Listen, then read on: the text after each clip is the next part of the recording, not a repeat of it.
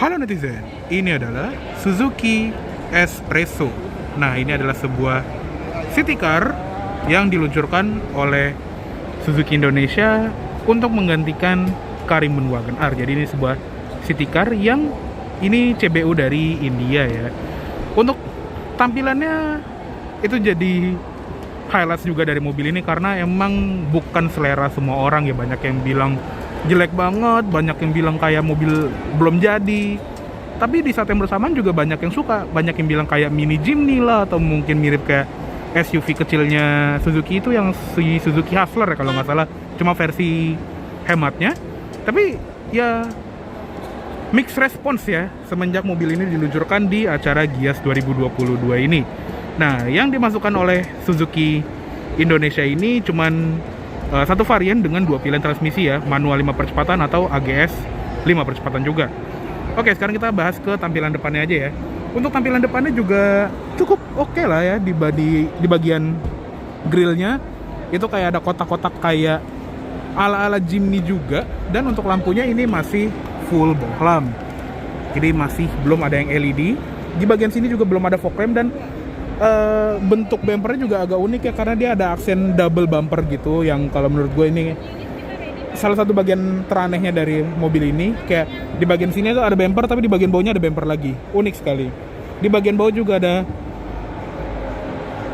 kayak aksen underguard gitu, aksen doang ya, jadi dia nempel ke bumper. Lanjut ke samping, velgnya two tone 14 inci dengan ukuran ban 165/70. Rem depan disc brake, di belakang tromol, tapi sudah lengkap dengan ABS dan EBD. Ketika Karimun Wagon R dulu itu belum ada ya. Dan untuk menambah kesan ala-ala SUV ya, ini kayak mini SUV kan dia ada black cladding di bagian samping. Jadi di bagian fender tuh ada, di bagian pintu juga ada, dan di bagian pintu tuh ada aksen silver gitu ya. Untuk di bagian fender sini ada lampu sen di bagian sampingnya, dan untuk spionnya dia masih manually adjustable dengan tuas yang ada di bagian situ, dan pelipatannya juga masih dilipat manual. Udah dapat talang air juga. Terus di bagian atas itu ada antena long pole kayak R3 gitu ya. Untuk rem belakangnya masih drum atau masih tromol. Lanjut ke belakang, sama seperti bumper depan ya, bumper belakang itu kayak aksen double bumper gitu ya, kayak ada yang warna body tapi ada bumper lagi di bagian bawahnya yang again ini menuai kontroversi, ada yang suka ada yang enggak. Dan untuk lampunya juga masih full bohlam, dari lampu senja, lampu sen, dan lampu mundur. Dan uniknya mobil ini lampu mundur itu cuman satu ya, cuma sebelah kiri doang, yang kanan nggak ada apa-apa. Kirain ada rear fog lamp atau apa gitu ya, ternyata ya emang kosong aja. Di bagian kaca juga ada defogger belakang, walaupun nggak ada wiper, tapi sudah lengkap dengan high mount stop lamp. Ada spoiler kecil di bagian atas juga. Untuk emblem cuma emblem lettering Suzuki, dan ada emblem Espresso. Terus di bagian bawah ada sensor parkir 2 titik yang rata body di bagian sini, serta ada aksen underguard lagi di bagian bawahnya. Oke, sekarang kita lihat ke bagasinya dari Suzuki Espresso ini. Ya, untuk bagasinya mirip seperti typical city car ya, agak kecil tapi cukupan untuk belanja mingguan atau mungkin belanja bulanan kalau dipaksain juga muat. Dan uniknya di sini juga ada parcel shelf atau load cover buat nutupin barang bawaan kita ya, walaupun dia nggak ada tali yang ngikut supaya pas dibuka dia agak ngangkat sedikit, tapi intinya dia punya pelindung supaya barang bawaan kita tuh nggak dilihat dari luar. Serta di bagian bawah lantai bagasi ini juga ada ban serep yang velg kaleng tapi ukurannya full size. Dan udah sih gitu dong. Yuk langsung kita tutup aja. Oke, sekarang kita lihat ke ruang mesinnya dari Suzuki Espresso ini. Untuk mesinnya mirip seperti di Suzuki Karimun Wagon R juga ya. 1000 cc 3 silinder naturally aspirated dengan kode K10B. Untuk tenaga mesinnya mirip juga, sekitar 68 PS dan torsi 90 Nm. Transmisinya ada dua jenis, manual 5 percepatan atau automated manual transmission, yaitu transmisi manual yang dilengkapi oleh modul kopling elektrik yang kalau di Suzuki namanya AGS ya, auto gear shift, sama-sama 5 percepatan juga. Dan penggerak roda depan. Untuk ruang mesin jujur nggak begitu rapi, tapi ya mobil tipikal CBW ini ya harap maklum ya. Oke, sekarang kita tutup dulu dan kita masuk ke kabin depannya dulu ya.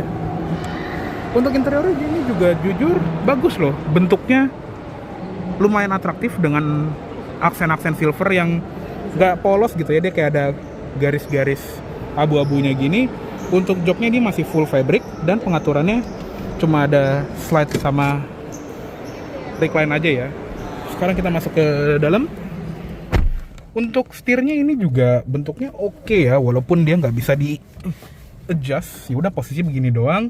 Ada airbag juga, jadi udah lumayan safety dan ada switch lampu. Walaupun belum ada fog lamp gitu-gitu ya, dan ada switch untuk wiper depan. Dan instrument cluster juga nggak di balik setir, tapi di tengah sini. Ini instrument cluster dari si Suzuki Espresso. Jadi di sini tuh ada speedometer. Di bagian bawah ini kayak ada apa nih, temperatur kali ya. Dan sebelah kiri tuh ada buat meteran bensinnya. Jadi layar gitu ya, tapi dia nggak ada tachometer, jadi agak susah untuk yang versi manual untuk menebak kapan untuk ganti gigi. Jadi kita harus kayak ngira-ngira gitu ya. Dan di bagian sini tuh ada ventilasi AC 2 buah. Di bagian bawahnya ada head unit yang udah dapet yang versi touchscreen gitu ya dari JVC. Ada tombol hazard dan ada switch power window untuk kedua jendela depan, sedangkan untuk jendela belakangnya masih engkol. Yuk monggo mas. Di bagian bawah juga ada pengaturan AC-nya yang lengkap ya, khas mobil CBU India. Dia manual climate control dengan heater, fan speed di tengah, dan ada arah AC yang lengkap. Ada buat ke kaki, ada buat ke kaca depan, ada defogger kaca belakang, mode AC, dan ada sirkulasi udara juga. Di bagian bawahnya ada power outlet 12 volt, ada tempat penyimpanan, dan ada 2 buah cup holder. Di bagian sini juga ada shifternya, ini yang manual 5 percepatan, dan tadi ada yang versi AMT 5 percepatan juga. Di belakangnya ada parking brake. Terus di bagian sebelah kiri ada dashboard yang sudah ada airbagnya, ada tempat penyimpanan terbuka, dan ada glove box di bagian bawah sini juga. Terus untuk di bagian bawah jok penumpang depan ini juga ada alat pemadam api ringan.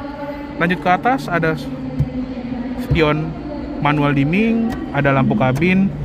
Untuk sun visor juga belum ada cerminnya, ada grab handle, seatbelt belum bisa naik turun.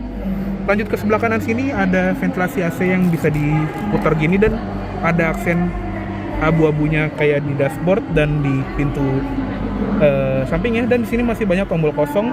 Di bagian sini juga ada tempat penyimpanan. Untuk pedal masih model gantung dan ada tuas pembuka kap mesin di bagian situ. Untuk di bagian pintu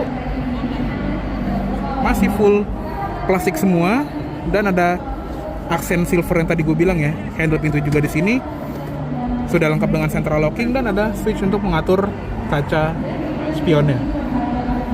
Jadi spionnya belum elektrik ya. Oke, sekarang kita keluar aja dan kita cek ke kabin belakangnya. Oke, sekarang kita cek ke kabin baris kedua dari Suzuki Espresso ini. Nah, untuk di bagian belakang sini juga masih lumayan lega ya. Ini adalah posisi berkendara gue, tinggi gue 170 cm. Masih ada 5 jari loh di belakang sini. Jadi overall masih cukup lega. Dan di kolong jok depan itu juga ada ruang kosong yang buat kita selonjoran gitu ya. Terus kalau headroom ini masih ada 5 jari, jadi headroom juga lega. Di bagian sini juga ada grab handle. Untuk di bagian door trim juga sama seperti di bagian depan ya, full plastik dengan aksen silver, dan ada pembuka jendela yang masih manual. Jadi untuk jendela belakang itu masih manual gini ya. Untuk di bagian jok belakang juga sama seperti di depan, dia fabric tapi dengan aksen orange seperti ini. Head restraint sayangnya dia belum yang adjustable, dan dia cuma 2. Di tengah nggak ada. Untuk seat beltnya juga ada di sebelah kiri sini, dan dia juga untungnya udah model yang ILR gini ya. Walaupun di tengah ini Tengah nggak ada seatbelt ya. Ya gitulah pokoknya. Oke. Yuk kita keluar aja. Tuh saking ramenya ya, walaupun bentuk eksteriornya lumayan kontroversial, tapi ternyata responsnya bagus loh. Udah banyak SPK di acara Gias 2022 ini. Oke, seperti itu aja untuk review dari Suzuki All New Espresso ini. Mohon maaf apabila ada salah kata-kata atau ada penyampaian review. Terima kasih baik telah menonton. Sampai jumpa di video selanjutnya.